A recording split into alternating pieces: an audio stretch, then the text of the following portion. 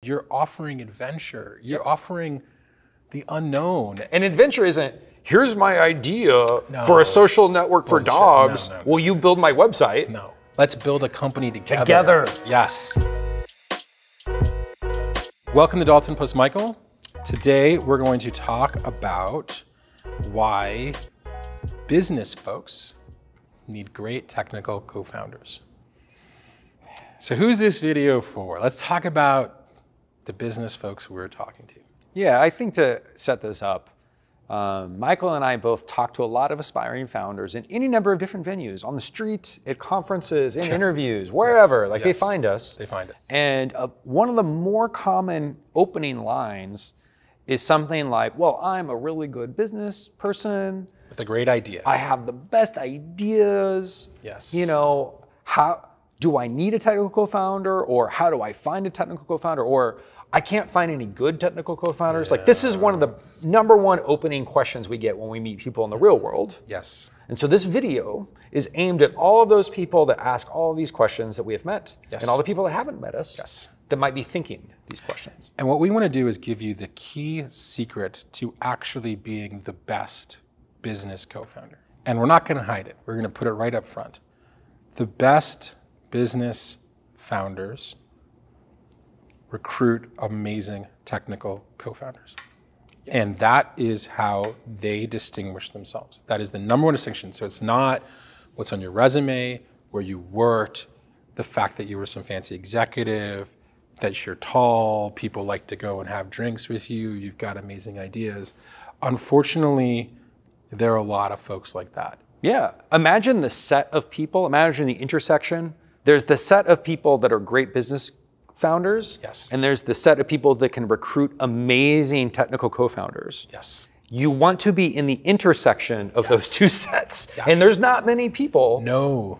That puts you in a very special class. Well, and I would argue it is so distinguishing that you're given amazing opportunities.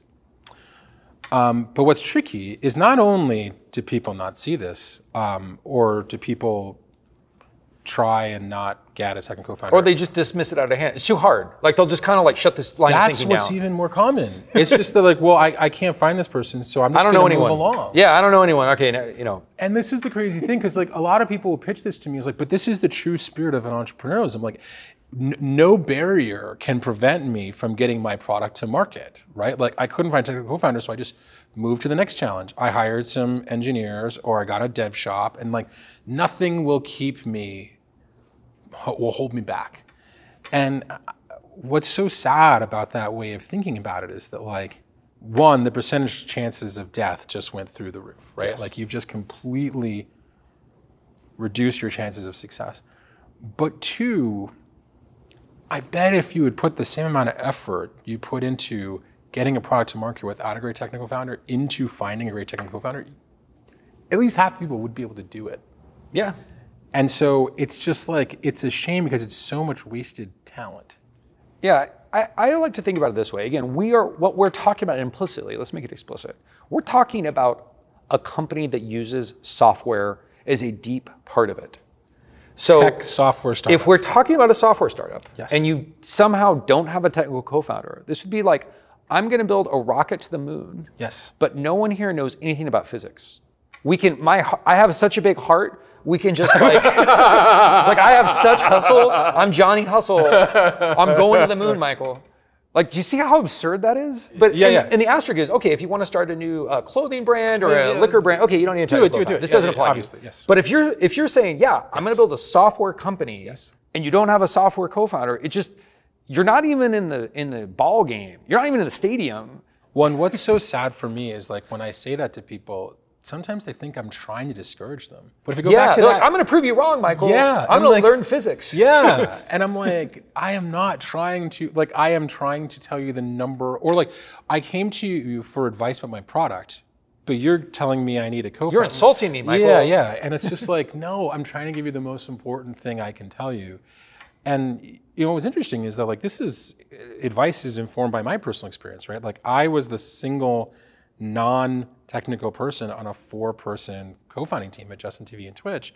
And like, I'll just make it plain, without my 3 other co-founders, none of that shit happens. Like, ideas are a dime a dozen. And so I think that more business people need to embrace the idea that great software companies are built by great software engineers. Yep. A common retort out here is like, Dalton, we're not building a software business.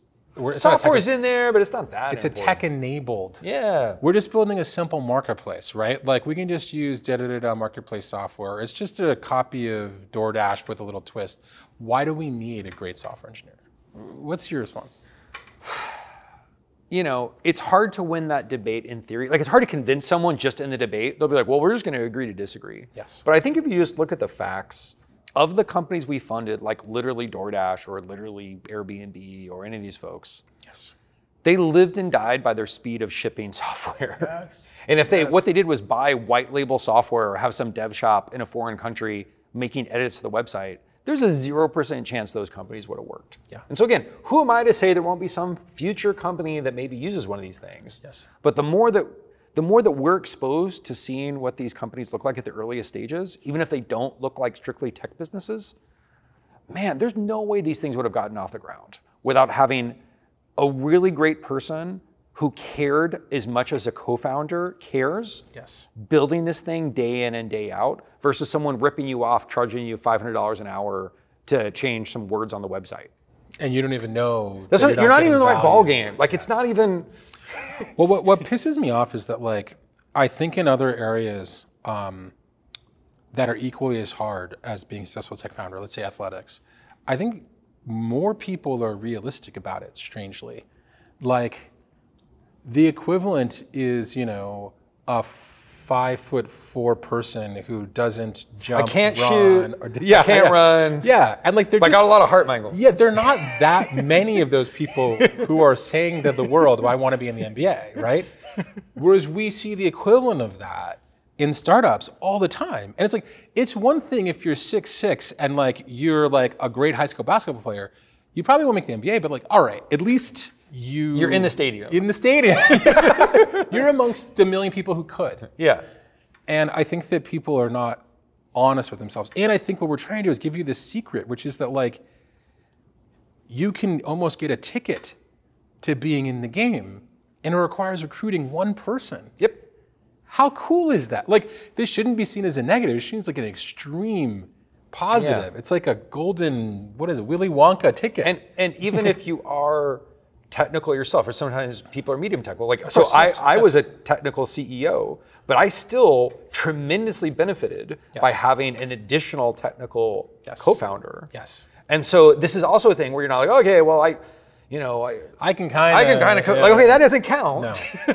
There's actually tremendous benefits from having someone, again, who cares as much as a founder, Yes. who's committed as much as a founder, Yes. and who's at the top of the game, like a 10x engineer on a founder level, you're unstoppable. And what's weird is sometimes we had competitors in my startups whose teams were constructed this way, horrible tech talent.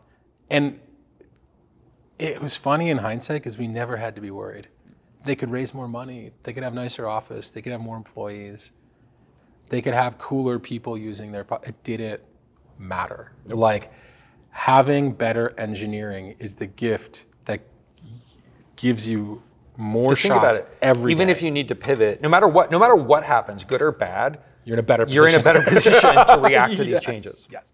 And I think the even scarier thing about this is that, like, when you start with a team of business people assessing engineers, and they are naturally going to start by hiring worse engineers, all of your future engineers are Compounding hired negative by those effects. people. Yes. Exactly. It's It compounds. Bad. It's so Okay, so bad. all right, Michael. All right, you guys convinced me, I guess. Whatever. But I don't. Sure. This is Dalton being a business guys, guy. I guess that's a point you could make. I don't know, but Michael, I don't know anyone. Where do I find these people? Yeah. Again, that's what they always say in these conversations. That's what they always say. So what is your response when they tell you that? So the first thing is that, like, who are you disqualifying and why? I can't tell you how many business people told me, well, I obviously need a CTO with 10 years of experience and who've managed teams of at least 50 to 100. And I'm like, you're 23 years old with no years of experience. why do you need that? And they're like, well, because, you know, when we launch, this thing's gonna get big. And it's just like, come on. So first, you might be disqualifying great people. Don't do that. And so let's say you don't know them. Sometimes the number one thing to do if you're in this position is to not start the company right now, is to go get a job at a startup, is to go change the people you know. And what's so interesting is that like sometimes taking that step sideways is the easiest and best path to starting the startup journey with the highest likelihood of success. Well, here's the thought experiment I encourage people to do. Visualize the best person you have ever worked with, either in school or in your job, the best engineer that everyone knows is the best person. Yes. Can you visualize someone? Okay, can you get that person to be your co-founder?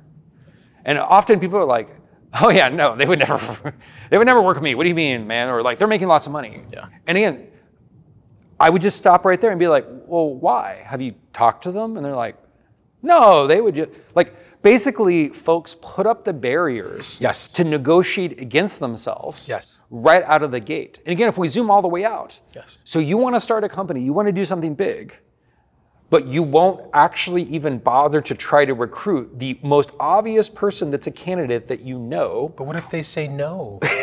Or you talk to them and they're like, no, I don't think so. What often happens, again, to go deep on this, is that the way they'll pitch the person is they'll pitch them their idea. They'll be like, I'm an idea guy. I've got a great idea. Do you want to be my like worker bee to go do all my ideas? And of course, the person that's the best person you've ever worked with does not want to sit in a cage and do all of the work that you give them. And instead, I'm like, well, have you asked them what if they have startup ideas? And then you sell yourself where you can come together, come up with the idea together as co-owners. And it's shocking how often that appears to have never occurred to someone. Like they think the idea of finding a technical co-founder is to find someone who will basically submit to their whims and be like their like assistant. To find an employee. And that's not the move, man. Trying to find a partner. You know, it's funny because my dad would say this to me about my co-founder, Justin Kahn. He was like, you know, Michael, Justin's an amazing recruiter. And I always thought, I was like, what's weird is like, I think if you're recruited by a good recruiter, you don't even realize they're a good recruiter, right? But like in hindsight, I'm like, all right, so we got me, Emmett, and Kyle to work for him, well, not work for him, but to be his co-founders in a startup where he was wearing a camera on his head streaming his live 24/7. Named after him. Yes, named Justin.tv. Yes. Do you want to work at my startup? Yes. It's me. Yes. and he had raised $50,000. Seems like a great deal, Michael. Yeah, right. And so it's like, okay, well, like, how did he build that team? Like, you know, it comes back to like, you want to distinguish yourself as a business person? Go do that. Like, that's people should be impressed. I'm impressed. You're a great businessman. And hey, they're working on your idea. That's even better. What did he promise you, Michael? I have no idea. Well, you know, I'll tell you what he promised me. It wasn't that the idea was going to work. Like, it was the adventure. Okay. It was the adventure. And like, I think what's so interesting when people like don't ask their friend and they assume, oh, but they work at this company, they're never going to do it, da, da, da, da. It's like they don't realize you're offering adventure. You're offering the unknown. And adventure isn't, here's my idea for a social network for dogs. No. Will you build my website? No. Let's build a company together. Together. Yes. That's adventure. Yes. And what's crazy is like when you're pitching adventure, there aren't a lot of alternatives. Most people don't have 6 adventures on the plate. Right? How often does any one person get pitched adventure? No. It's usually adventure or like. So you know, it's a good pitch. It's a good pitch. So, anyways, right? I think that we're trying. You know, I think that there's like, I'll say this. Right? I'm a business guy, right? I think YC has a lot of messaging that's like, yeah, our business guy is important, da da da da. Like you don't need them. I agree, you don't need them. But I will say this: there are a lot of very successful non-technical people in our network that do amazing work, and I think one of the things that if you want to learn from them, we're trying to give you one of the most important patterns we see from those folks. Yeah, they're great recruiters, and they do this thought experiment of who's the best person in the world, and they find a way to get that person to work with them. That's bending the universe to your will is what that is. So you should hold yourself to their standard and maybe you'll get their success. All right, thanks, Dalton. Thanks.